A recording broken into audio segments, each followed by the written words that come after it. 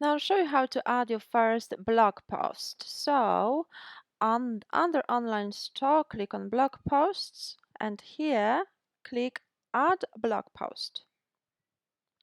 And you can fill in the details with your title, so blog post title, blog post content, featured image, so this is quite useful especially on the list of blogs.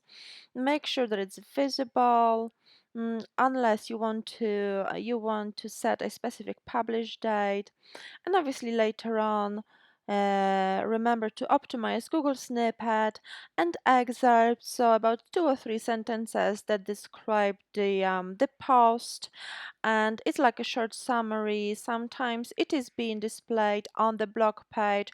It really depends on the theme. Sometimes you can enable it.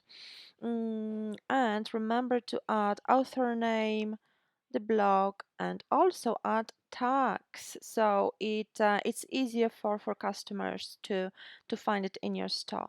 And after you finish it, simply click save.